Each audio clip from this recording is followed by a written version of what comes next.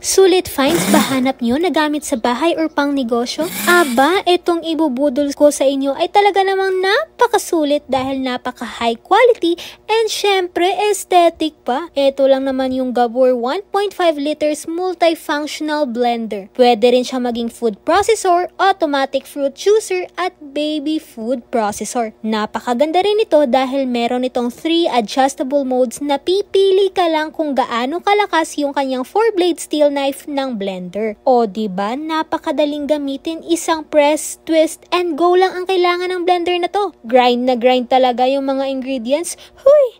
O ngayon, nagtataka ka pa rin ba kung bakit sulit to? Syempre naman isang machine lang pero multiple use na. Nagustuhan ko rin talaga kasi to dahil mas safe at ang dali lang linisin kaya hindi talaga ako nagsisi na itong blender yung binili ko. Ganda pa ang kulay kaya plus 1 point ka sa akin. Kaya ano pang hinihintay nyo? Deserve nyo to kaya magpabudol na rin kayo.